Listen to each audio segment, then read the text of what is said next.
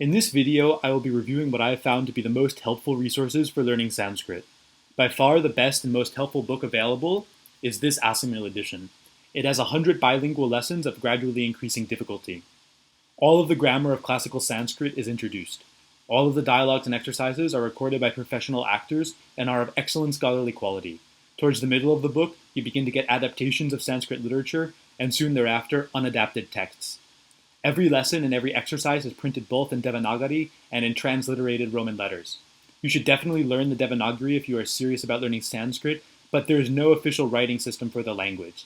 Devanagari is the de facto official script, but different areas of India will use their own scripts for Sanskrit texts, and Sanskrit manuscripts are not at all uniform in their choice of script.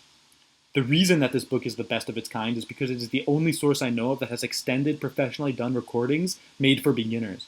Audio recordings are essential not only to be sure you are pronouncing the language properly, but also so that you can develop your own inner voice for the language. Ancient languages are unfortunately often learned only through reading, but in any language, dead or alive, an appeal must be made first and foremost to the ear.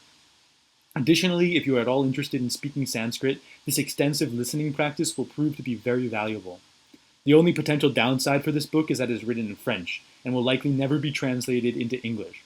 Nevertheless, I still believe that this is the best book to learn Sanskrit, even for English speakers who have no French. There are two ways that the book can be used.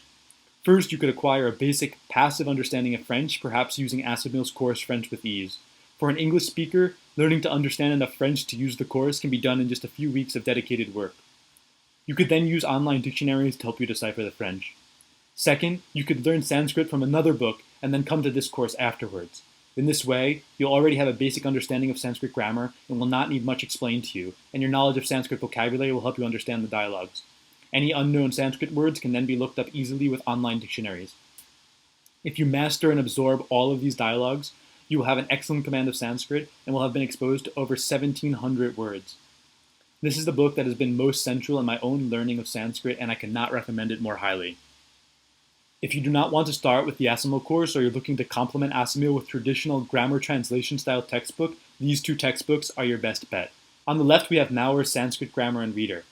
A new grammatical concept or morphological pattern is introduced in each chapter. Starting in chapter 3, you begin to read continuous Sanskrit prose, and starting in chapter 9, heavily adapted Sanskrit literature. In most chapters, there is at least an entire page of Sanskrit to read. This book assumes a knowledge of Devanagari from the first chapter, and does not transliterate any Sanskrit. The book does not, however, assume any previous knowledge of ancient inflected languages, which is not always the case, and as such is a good choice for someone who has no Latin or Greek. It has well-organized grammatical tables in the back and helpfully glosses all new words in the readings. Even if you have studied Sanskrit with other books and methods, this would be a great refresher course. By the end of the book, you will have read about 30 or 40 pages of Sanskrit, have been introduced to all morphology and grammar, and have hopefully acquired about 1,500 words. The book on the right is Colson's Teach Yourself Sanskrit, which is a tired and true method. It explains all of the grammar very clearly. The downside is that you don't end up reading much volume by the end of the course, only about 15 pages of Sanskrit. You therefore do not learn as many words and might find it more difficult to transition to an intermediate or more advanced reader. The biggest advantage for this book is by far the price. You can often find it for about $1 or $2 on abebooks.com. Unfortunately, Sanskrit textbooks don't usually enjoy big commercial success, so many of the other books that I'm discussing here are rather expensive. You may want to get a comprehensive grammar as a reference guide. On the left, we have Whitney's Classic Grammar of Sanskrit. This can be acquired rather cheaply on websites for used books. It is a great book for the philologically minded, but could also be very intimidating for the average student. A better and more user-friendly choice is MacDonald's Sanskrit Grammar for Students. I found this book to be more helpful than Whitney's at the beginning stages. It is very well organized, provides the most essential information in charts, and is very clear. And you can order very cheap Indian reprints of this book on abebooks.com. After you've gone through one or more textbooks, the next step is to get your hands on a few readers, which help you ease into the process of reading authentic Sanskrit literature. These three are by far the best options. Longman's Reader, here on the left, is a classic text. There are about 100 pages of Sanskrit to read, and all of it is accompanied by grammatical notes and a full glossary in the back which contains all of the words used in the text. You'll need to do a lot of flipping back and forth to find the words that you need. Your best bet is to make enlarged photocopies of the actual text and then use the book itself as a dictionary.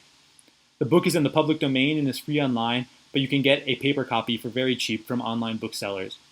Peter Sharp's annotated edition of the story of Rama from the Mahabharata, here in the middle, is perhaps the best book available for learning to read Sanskrit. On every page, you have the Devanagari text, a transliteration with complete grammatical parsing of every word, and all of the sandhi undone, an English gloss for every word, an English translation, cultural notes, and finally, a retelling of the verse in question in good Sanskrit prose.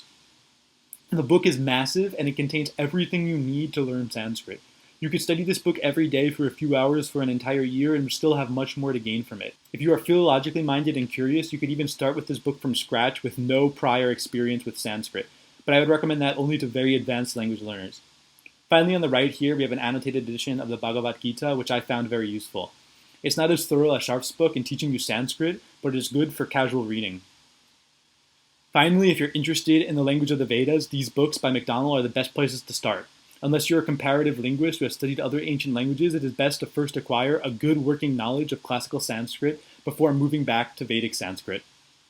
I will put links to the books which I've discussed here, which are also available on Amazon, in the description below. For the other books, your best bet is to find used copies on avebooks.com.